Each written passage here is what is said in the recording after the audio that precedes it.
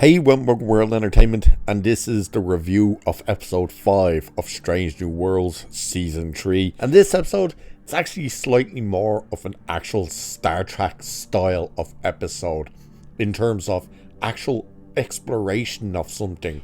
But the biggest thing that lets this whole thing down is the writing and stupid humor. Now, it's not even meant to be a humorous episode, but there's moments where they just throw in humor. Like Marvel, it undercuts the tension that's just being built, and it's really out of place. But the terrible writing is what really lets this episode down, because it does things that just like, how did you not notice that or see it? It also rips off a few other things that we've seen done 1,000 times, such as the Indiana Jones and the leap of fate, walking across the bridge that isn't there, but it is there.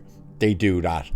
So what is this episode? Well, it's about an away mission to a planet that the Federation had to look for permission to go down to do an archaeological dig with, I can't think of his name now, Nurse Chapel's boyfriend, who is actually the character we did meet in the original series, by the way. I forgot to mention this when he was in the second episode? Yeah, the second episode. He is actually Nurse Chapel's, I believe it was only fiance. I can't remember whether they actually got married, but it was definitely a fiance. And Spock had never met this guy. This is the thing. None of these people met him. In the original series, they arrived to a planet where I believe it was a distress call sent out, and it's him and Nurse Chapel's on the bridge. And even Spock was like, who is this? How do you know this person? And she's like, oh, this is my fiance. So that's the original series, by the way. So it's his dig anyway. And they're to go down and look for the ancient history of this particular species. It's not on Earth or anything. It's this species, this weird blue alien. But it's one of the only aliens that we've seen in this whole bloody thing, which is funny as well. It's like, between Star Trek and even Star Wars, there's a serious lack of aliens all of a sudden in these things. It's like, okay. But they go down and they discover this temple that is hidden. It's almost like cloaked in a side of a mountain. Which sounds like Indiana Jones, doesn't it? But they go into it and they get trapped in it. Now, the people that get trapped in it there's Nurse Chapel, her boyfriend, whatever his name is. Spock ends up having to come down to the planet with Na'an because they realise they're going to need a bigger away team. Uhura is there. The Helms person's brother is there. And that's it. And the blue alien dude, who doesn't last very long. And they go into the temple and they find 2 dead bodies that apparently have been there for centuries, hundreds of thousands of centuries. They're ancient. And that's another person. I forgot there was one other person. The new doctor that's on board the Enterprise, the ensign guy who they kept, that Umbega likes. It's his first away mission. So they go into this place, and it's a weird place, and they're kind of figuring out, who are these guys? How did they die? Stuff like this. And the new ensign guy, the doctor dude, sees this ball thing, picks it up, and it lights up and it explodes in his hand, and this fire goes in and burns his eyes out, and he gets rushed back to the Enterprise. And that's the other thing. Once they're inside this temple thing, there's no communication with the Enterprise. So they realize, if we're stuck in here, we won't have communication with the outside world, or they can't transport us. So they bring him out, transport him back up to the Enterprise, where he's freaking out, obviously. They stick this, now this is where bad writing starts coming in as well, because they put this pair of glasses type thing over his eyes, which he doesn't have anymore. There's 2 big burnt out holes there, that turns lights on, that's meant to be regenerate his eyes. And it's like, regenerate his eyes? Where is this technology in the history of Star Trek that, we can just stick this thing on and generate your organs and stuff you have lost? It's almost like, hey, why did Geordie LaForge have to wear a visor? Why didn't you just regrow his eyes with this crap? Either way. So they're down still in this temple, and this is hilarious because Pike immediately gives the command of, hey, get out of there now and come back up to the ship. By the way, his girlfriend is back in this episode, and this is also where it gets stupid. Now, She's back getting more treatment, but there's very little of her. But Pike tells them come back up to the ship immediately, you know, after this incident. They go back in and just start farting about in the temple again. It's like, you've literally just been told, get out of there now and come back to the Enterprise. And the doctor dude, the chapel's fella, he's like saying, I don't want to go back. They see the helms person's brother. He's there doing a documentary, so he's got these weird little drone cameras, and one of them is in another chamber and it's seeing something else, and it's this weird statue thing, and the blue alien dude freaks out, says it's something to do with evil, and he goes to run out of the temple and gets shot and vaporized, and the door closes.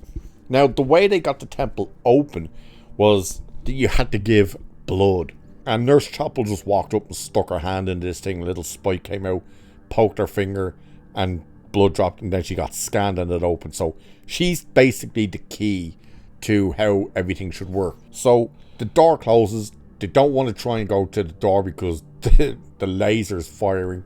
The only decision is to go through the other door, but when they walk through it, only Na'an and Chapel end up in the area that they walk through to, but Spock and the doctor dude are stuck in the same room that they had just left, but from their point of view they've just walked into it, and Uhura and the camera guy, may as well call him the camera guy, are trapped in another area. So they've all been split up. Now, while all this is happening up on the Enterprise, the guy keeps waking up, but you can see there's something different with him. Every now and again he kind of has a different kind of look around and stuff like that, which sounds weird being the fact that he's blind with this thing on, but M'Bega is scanning him and realizes there's something wrong and ends up telling him there's no brain function.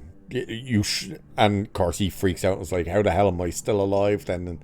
Because all of his brain functions seem to be shut down, so they can't figure out what is going on, how he's no brain function but he's alive and talking and aware, why his eyes aren't regenerating. They realize that there's some sort of toxin or something in it, but it's not a danger to the crew. It's not passable or anything like that. We do find out that it is some sort of ancient spirit. Yes, that's right, an ancient spirit. Spock discovers a chamber filled with these grenade things that houses them. One floats up to him. He's looking through these glasses things that one of the dead bodies had, and the ball, we see a Gorn kind of jump at him and he kind of jumps back. So they're kind of being shown different things. So for Chapel is and stuff, they're seeing that this statue seems to be alive but not alive, and they realize they're in basically parallel universes almost, or parallel lives or something, that they're actually all still in the same room together. The camera sees this, that they realize, hey, hang on, we're all actually still in the same room together. And it ends up being that they have to do certain things to end up seeing each other, but now the bridge is missing that goes to the door.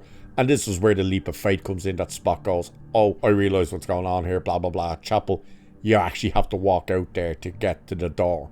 And they do the whole Indiana Jones thing of the leap of faith. That is how they all get out of this temple down there. But before all that happens up in the Enterprise, the ensign dude, the young doctor guy who's now blind, did seem to wake up and go off on one. He's all of a sudden saying stuff about the M'Bega's daughter that M'Bega never told him about, and he realizes it's not the ensign he's talking to, it's something else. Pike's girlfriend walks in. Now this is also where it gets weird. She walks in complaining of a headache, looks up at the ensign dude with his eyes burnt out, who's standing there with the thing off his face and stuff, and she goes, you, and they start having a big fight, and Pike comes in and sees it, and she doesn't seem to recognize who Pike is, and she gets tranquilized while the young doctor goes running off. He managed to kill someone, I don't know whether it was a security guy. Pretty sure the dude was wearing a blue uniform, but he has one security officer held hostage with a phaser to his head while they try and calm him down. They put him into the brig, where he manages to talk to one of the other security guards about his mother, manages to put his hand through the force field, choke him, and walk out of the force field and pick up the phaser. He goes to What was meant to be the lab, it turns out it's actually engineering because he says it's engineering. So this is the worst possible looking engineering I've ever seen. And why the hell there's a big pool of water under glass, I don't know. I thought it was a science lab. Apparently it's engineering. But this is where Umbega comes in and tries to plead with this thing to let the boy go. But the others are trying to say, like, I think he's gone, you know, he's definitely not here. But your woman, I don't even know these characters' names. The woman who played the Ghost of Christmas Present in Scrooge, she shoots him and kills him. And this thing comes flying out of his face. Scotty grabs it back in one of the ball things. How they got this ball, I don't know, but he got that, throws it in the air, and transports it out into nowhere. And we find out that this thing has been ancient. And this is where we get the Marvel type of humour, and also where I'll go back to where the stupid writing is. The Marvel humour is they're talking about this planet has tons of these things and are an ancient evil. And they are pure evil. And that there's no way they could let these things get off that planet and stuff because there'd be no stopping them. And she's going on about, like, telling this story. This thing is ancient, it's older than she is. She's thousands of years old, by the way. That there is pure evil in this universe, just as much as there is pure goodness in the universe with light and dark and blah, blah, blah. And she immediately turns around to the dude and goes, do you want another one of them for the camera? And she's like, well, you're lost. And it's like, oh my God, you just undercut the whole thing with a Marvel joke. And she did that earlier in the episode as well. She was the one that kept doing these jokes type of things. The bad writing, when the blue alien dude, not just is the bad writing, the fact that they just pretty much ripped off a lot of the entire Indiana Jones stuff. Like, oh look, there's the temple right there. And oh look, we have to do the leap of fate and all of this type of crap, and oh, put that in there and put that there and it'll light the way and all this type of crap. It's the fact that when the blue alien dude freaks out and goes running, when he gets shot and vaporized, and they're watching this, like, he's right there in front of them, the door closes. So as he's getting vaporized, the door out closes, and then they're like, oh no, poor whatever his name was just got wiped out. How we're still stuck in here, and the whole room lights up, all these lights turn on, the whole temple and all this type of stuff, and they're looking around, and then one of them notices, oh no, the door is closed, and they're all like, we're trapped. It's like, how did no one notice the door closing? You were watching the guy run, you saw the phaser thing come out from above the door, vaporizing him, and it's only after he got vaporized the door closed. You were still looking. It's like, how did you not see the door? Oh, I know, because terrible writing said you didn't see the door because they wanted to build suspense. That it's just undercut immediately by us, the viewer, going, we saw you seeing the door close. How did you not know the door was closed? The bad writing also goes into the whole fact of how and what the hell is going on with Pike's girlfriend, because she wakes up and she's like, oh, I don't know what happened, like, I saw him and all I wanted to do was kill him and stuff, and she's like, I think there's an ancient evil in him. The thing that's meant to be in her and screwing her around is a Gorn. So why all of a sudden there's this thing of this ancient evil inside her? Don't know, because that was never explained. That wasn't shown anywhere. It's just she walked into the sick bay, saw the guy, a weird voice, like her voice changed a bit, saying you. They had a fight, and then she's saying all she felt when she saw him for some reason was she wanted to kill him, and there's definitely something wrong with her. So it's like, that's terrible writing, that you never set up anything other than a Gorn being the problem with her, and now you're showing us that it's meant to be some sort of ancient evil, but all of her issues was with the Gorn and from the Gorn, so it made no sense.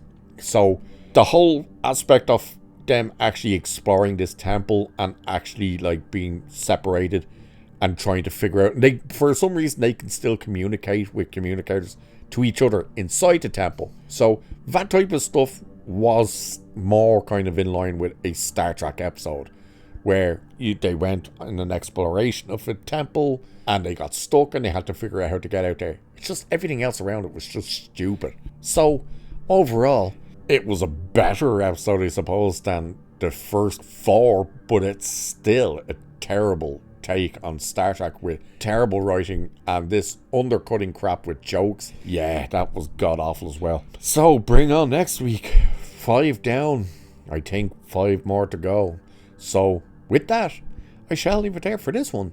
So like, share, subscribe and all that good stuff. Cheers, and I'll catch you in the next one.